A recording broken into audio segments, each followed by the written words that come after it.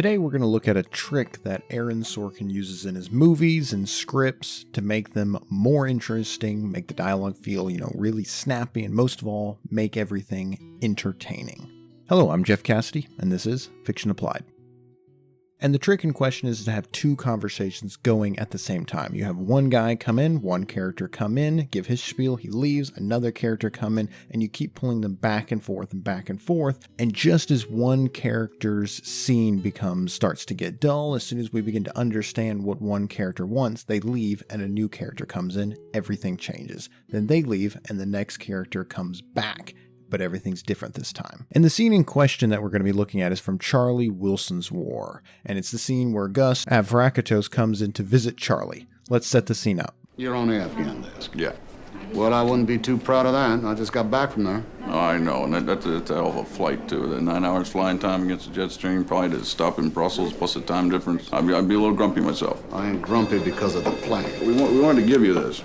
We know you like single malt. Yes. Have Bonnie come into this meeting. Yes, sir. What's the gift for? When looking at a scene, there's a number of things that we need to consider, especially as a storyteller and especially also as the audience. And these scenes are usually fairly boring because oftentimes it's full of a character almost looking at the camera telling them this character is character A and over here we have character B. This is what's going on. We want to get through that and we want to make it interesting. So we're telling everybody Gus is for the CIA and Charlie thinks it's going badly. We've kind of set this up. We have two characters matching each other.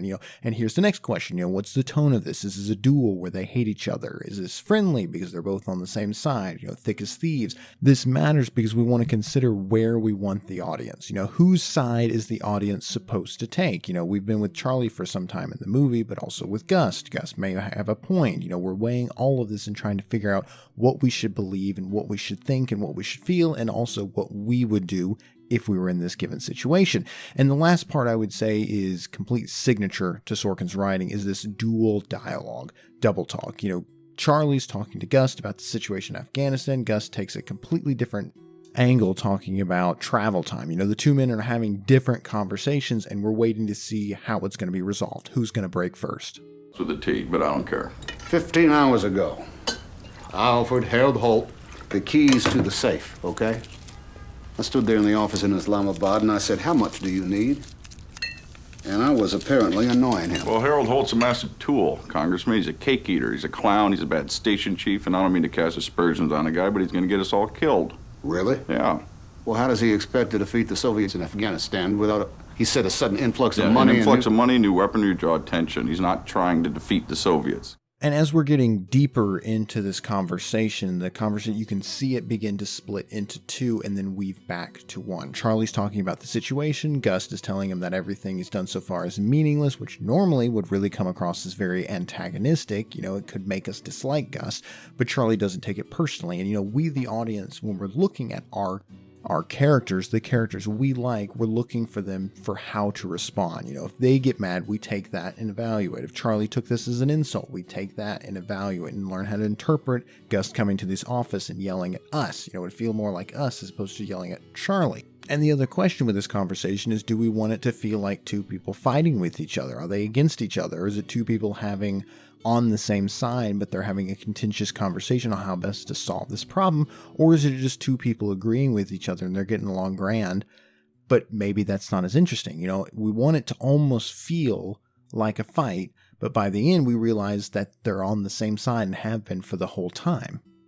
What the hell are you talking about? Excuse me. I'm the Congressman's aide, Bonnie Bach. Gus Avocados. Gus, I need the room for a second. Sure. Jailbait! Whoa, hey, woke, all right. Just tell me what's happening. A Justice Department task force that was formed last year to investigate reports of sex between members of the House and their male interns has recently widened to include the use of recreational drugs by senators and congressmen. Do you know a man named Paul Brown? Doesn't have to answer that. Keep going. Well, shh. And here, now that we're getting into this, we've set the tone, we've kind of set some of the exposition, we're getting into a second conversation. Not only are we going to be talking with Gus, weaving in and out of that conversation, we now send him out and we're going to have a completely different one going on with the committee.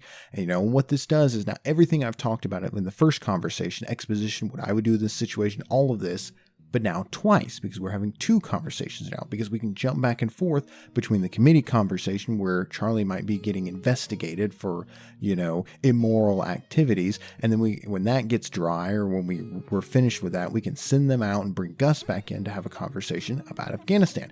And this dual conversation makes everything seem like it's all happening at once and lets us bounce back and forth. We can set up one scene, jump back to the other, and then stop, jump back to the other. We have this burst of interest when someone new comes through the door, and we hear them talk for a few minutes, and then the interest starts to waver. So you either have to rejuvenate that, or in this case, we're going to send them back out, bring back in something else, someone else with something new and interesting, and then as that starts to get a little stale, send them back out, and then the first guy comes back. It's the same reason why Andor and all these other shows continually jump between point of view. You have Cassian doing his thing, we have Luthen, Cyril, Mira, then to Cassian, and it lets us focus on these scenes, and each one lasting only a few minutes, but then you only have the best and most interesting parts, and you move on. The audience fills in the gaps, and most important of all, they're interested. We are interested, and we want to know what happens next.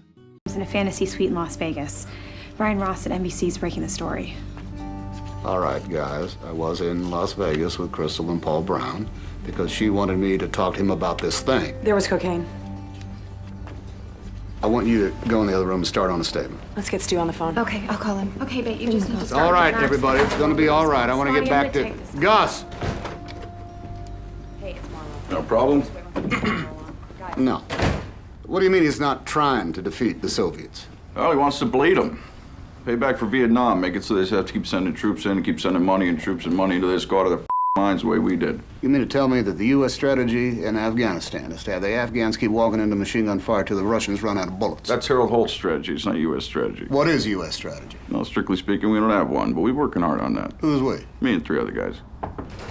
And so now we're getting into the conversation organization. So we've arranged for it to have these two conversations going on. And now what we're going to do is get to this, signature, something that feels like Sorkin, where it's this really, really quick, snappy dialogue. How'd a guy like you get into the agency? What, you mean a street guy?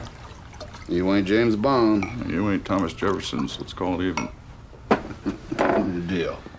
And when people say snappy dialogue, usually what it translates to is at some point in the interaction, in the conversation, there will be these short, real short, clever sentences, not monologues. Usually it'll be contentious and there's almost no silence, no dead air. It's like going from a slow tennis match to professional ping pong, back and forth and back and forth, But this is where setting the tone up is really important, because if you're going to have two people just simply agree with each other, snappy dialogue doesn't really make sense. There has to be some form of contention. Either they need to either disagree with each other, or go back and forth at each other, or someone else. It'd be really weird if it was just people agreeing with each other. This is why setting the tone is really important. That's why it's much more interesting to watch two people fight than simply agree with each other.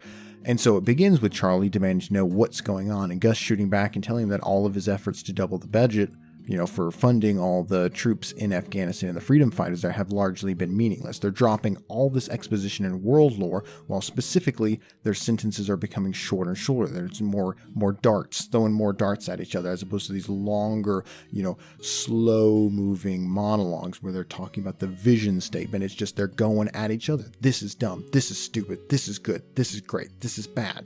Yeah, well, I'd like to take a moment to review the several ways in which you're a douchebag. Get the out of my office. Yes, sir. Before I end your career, asshole. Yes, sir. Yeah, my friend, I'm gonna need you for a second. God damn it! But then as we get into the second conversation, which continues to build, and we're getting this interest, and curiosity growing, it resets to the first conversation. We send out Gus, bring in the committee, the girls, the angels, who are making everything run for the committee, and then we keep swapping back and forth. And now Sorkin can build on the investigation. While we're waiting to come back to Gus, turns out the investigation into Charlie's real and could be really serious, and it goes on back and forth and back and forth. And right when the second conversation gets interesting, we put it on pause, and we're back to Gus. And what's more is that this conversation feels really intelligent, because there's no misunderstanding. What's more, they can foresee what's going to be asked of them. Yeah. We can see it's almost like we're setting up an inside joke. We're setting up this thing that we can self-reference from the beginning of a conversation. Again, this whole scene is turning into its own little microcosm of a story with this development and self-reference, and we're paying attention, we're understanding, we're in on the joke because we've been there. And then Sorkin dials it up again. We have a third conversation, a side conversation. Bonnie's telling Charlie, he should never should have been there. It references advice he gave to someone else, some advice that clearly he did not follow. And all this is continually building interest in these conversations. Now the girls go away and Gus comes back and Charlie wants to talk weapons, but Gus isn't talking about weapons. He's talking about the driver who may claim to have seen Charlie use cocaine. They are now having two different conversations, but then here is where the two conversations merge. Gus reveals he's bugged the scotch and he's been listening to the whole time. He warns about the driver, you need to handle this. And this is where we begin to tie this whole conversation together. Merge the cocaine funding with the Mujahideen in Afghanistan. The Swiss make an anti-aircraft gun called the Oerlikon. Listen, Charlie. 20mm cannon, high rate of fire. I know the Oerlikon. Don't forget the limo driver. What do you mean? Oh, you took a limo from the casino to the airport, maybe. It's easy enough to track down the limo driver, hand him a subpoena, ask him if anything was going on in the back seat. So, in terms of cleaning up this... Were you listening at the door? I wasn't listening at the door. Were you standing at the goddamn door No. listening to me? How could you even... That's a thick door! You stood there and you listened to me? I wasn't standing at the door. Don't be an idiot. I bugged the scotch bottle. What? And I absolutely love that line. That's a thick door. It's so good. It's brilliant. And then Charlie pivots to a different conversation, the audacity of Gus listening in on his conversations. And so what it is every time we begin to think we understand where the conversation is going, it's like, okay, all right, now they're going to talk about weapons. Now they're going to talk about Afghanistan. Nope, we're talking about cocaine. Okay, now they're going to talk about here. Nope, we're talking about the audacity of Gus eavesdropping, listening through the conversation, listening through the door, eavesdropping on Charlie. And it's just this, every time we've set the stage like, oh, we as the audience, we think we understand where the conversation is going, it changes. And this is what makes it feel like there's never a dull moment going on. You can see throughout this scene, there's never just one conversation. It keeps changing. We get the hang of the cocaine conversation and Bonnie throws in her own snide comment. They have this sub conversation on the Kibiti conversation. You never should have been there. And all this is to keep the audience interested. We never know where the conversation is going to go. And then we wrap it up. Gus gives advice to help Charlie so he can get more money for Gus so they can begin funneling more money into the Afghanistan freedom fighters, which is why he came there in the beginning. Originally they came here to talk about Afghanistan and funding, and it just completely goes all these different, it's like opening a can of spaghetti. It just completely goes everywhere. Do you drink? Oh, God, yeah. Well, should we try this scotch, or is it going to release sarin gas when I open it? I don't think so, but open it over there. And the other thing that it makes it so good is it's self-referencing, like a good inside joke. We know what's going to happen when something is left unsaid. Open it over there. There's this continual jokes. We get it. We feel included because we understand what's going on. A good inside joke does not need explaining. And if you explain it, you ruin it. Gus takes the hint. He leaves. We, the audience, connecting the dots. And we've been here this whole time. And it lets us take each of these little bits of conversation.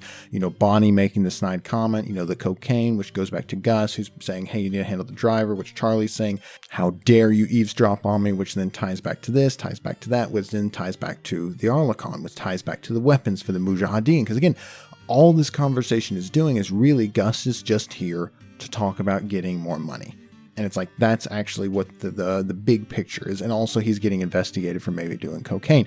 But all of this is just completely tightly compacted into the scene. And it feels like its own little movie, and it's, again, this is what Sorkin does so well, is it's just people talking. But it's so interesting because he's juggling all these different little moments where it's like here, and we never know where the conversation is going. And it's why, clips like this are so addicting and why they're so fun to watch. I remember watching Sorkin's work at first, I think it was A Few Good Men was my first introduction to him, and I was just completely blown away and just wondering how he kept everything so spellbound just with words, just with people talking. The reason I should be here, let's assume it's because I'm very good at this. So yeah, let me know what you guys think. Let me know what your favorite Sorkin clips are or favorite Sorkin scenes. I did one previously about The Social Network, so check that out if you enjoyed this one. Please do like and subscribe. It very much helps the channel, helps this video in particular, and I really appreciate it. I had a fun time watching this one, so I really hope you guys enjoyed it. Thanks for watching. I'm Jeff Cassidy, and this is Fiction Applied. I'll see y'all.